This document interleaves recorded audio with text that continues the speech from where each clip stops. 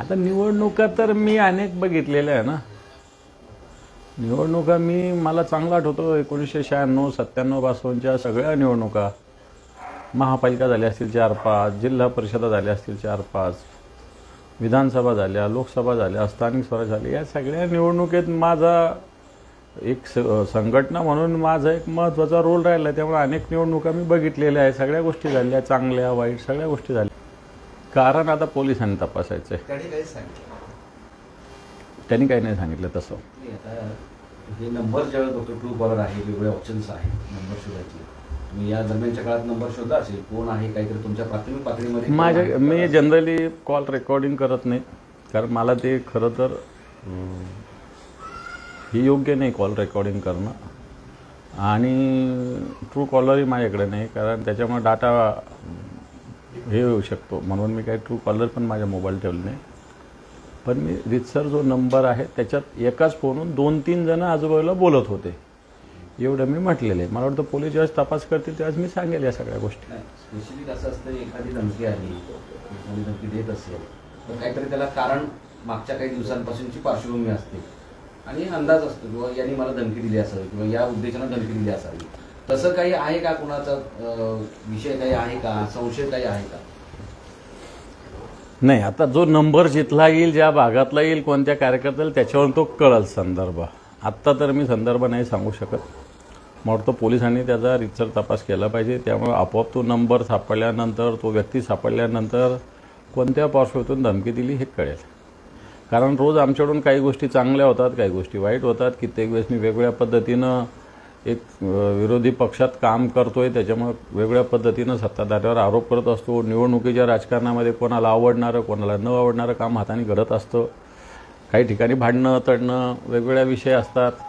त्याच्यात आपल्याला एखादी बाजू घ्यावी लागते, त्याच्यामुळे दुसरी बाजू नाराज होत असते. या सगळ्या गोष्टी रुटीन आहेत, त्याच्यामुळे एखाद्याने केली असावं शकतं असं मला वाटतं. तुम्ही दौरे करता, अशा परिस्थितीमध्ये सुरक्षा हवी आहे का?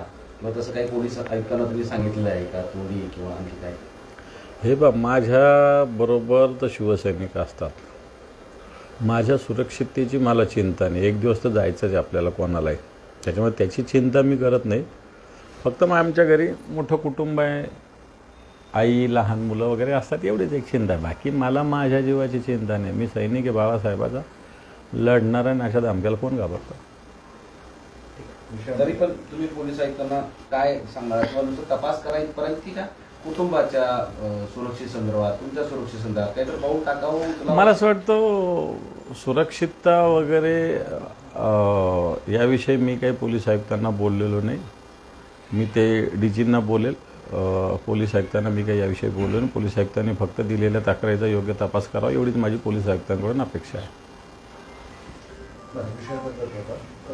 बारामतीमध्ये पोटनिवडणूक जाहीर झाली आणि ती बिनविरोध व्हावी अशा पद्धतीचं पण एक म्हणणं आहे. आणि आता त्या निवडणुकीमध्ये धनगर समाज आपला उमेदवार उभं करणार आहे. पुण्यश्लोक अहिल्यादेवी शासकीय वैद्यकीय महाविद्यालयाचे नाव बदलून त्याऐवजी अजित पवार यांचं नाव देण्याच्या हालचाली सुरू आहे असं त्यांना वाटतंय आणि त्यामुळे तेही निवडणुकीत उतरणार आहे. तुमचं मत काय आहे? बिनविरोध व्हावी अशी चर्चा सुरू होती. अजितदादांची तर बिनविरोध व्हावी असं वाटायला काही हरकत नाही, पण बाकीच्या सगळ्याच बिनविरोध करण्याची काही आवश्यकता नाही. अजितदादांची जर वहिनीच उभा राहणार असेल तर बिनविरोध व्हावी. बाकी कोणी उभा राहणार तर बिनविरोध करण्याचं काही कारण नाही आहे असं मला तरी व्यक्तिगतरित्या वाटतं.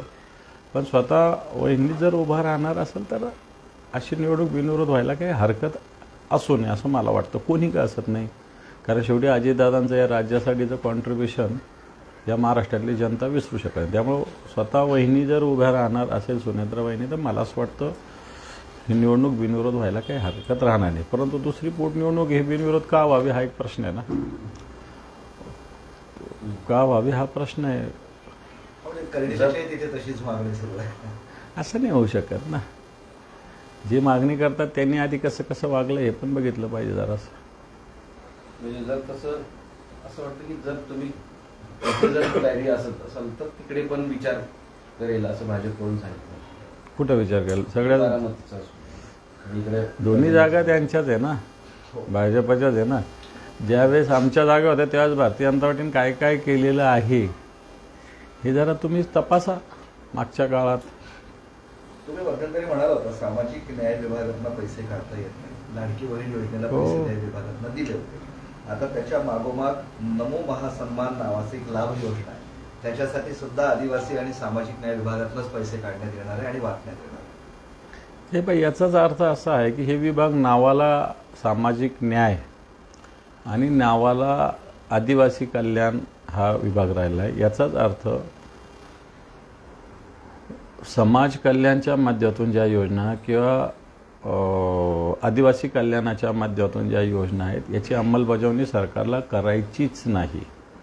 आज या योजनेच्या माध्यमातून मोठ्या प्रमाणावर काम होत होते.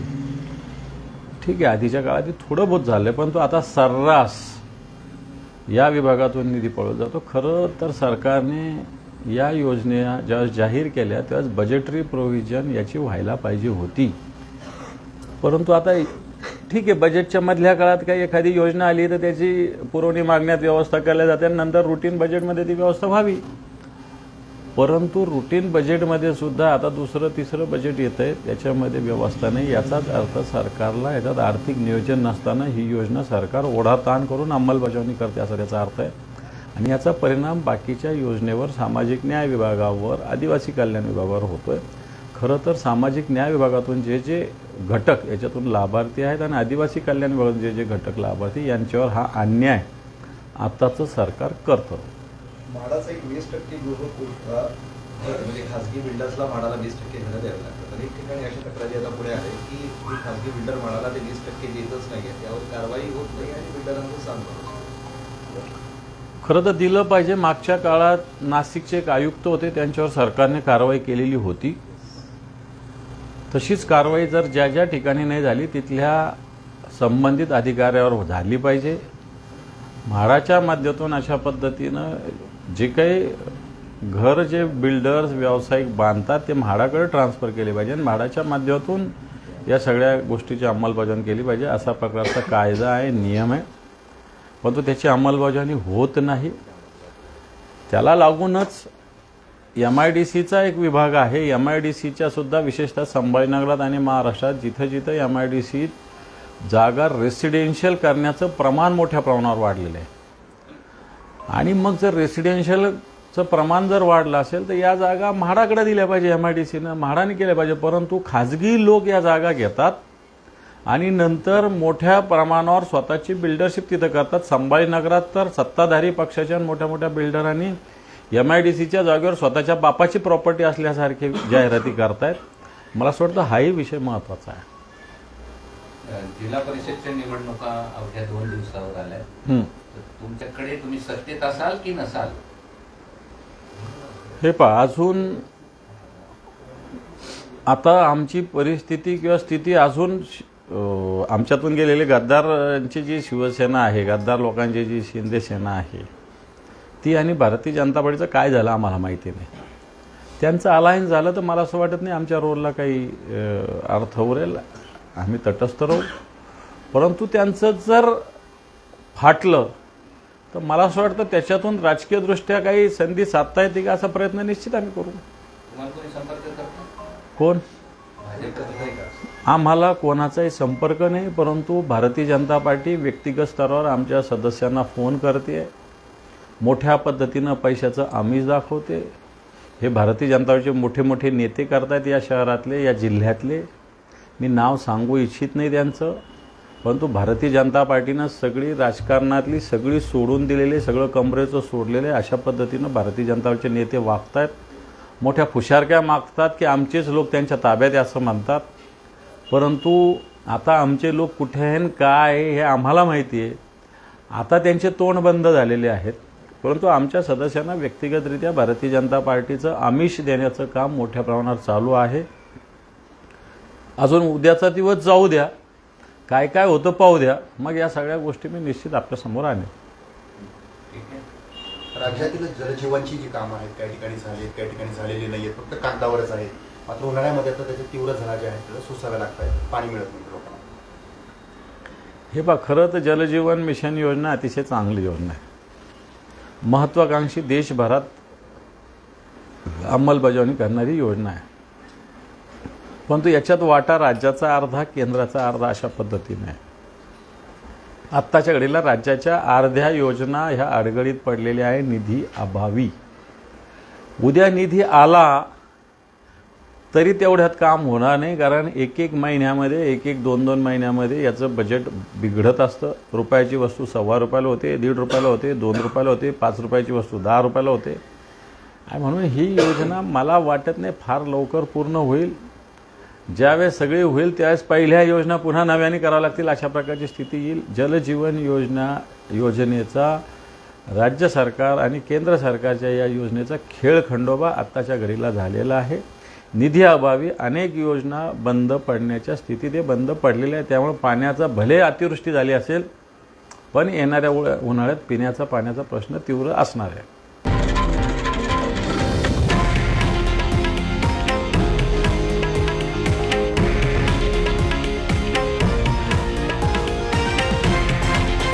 हे आहे देशातील नंबर 1 न्यूज नेटवर्क आणि आपण पाहत आहात TV9 मराठी, एकमेव.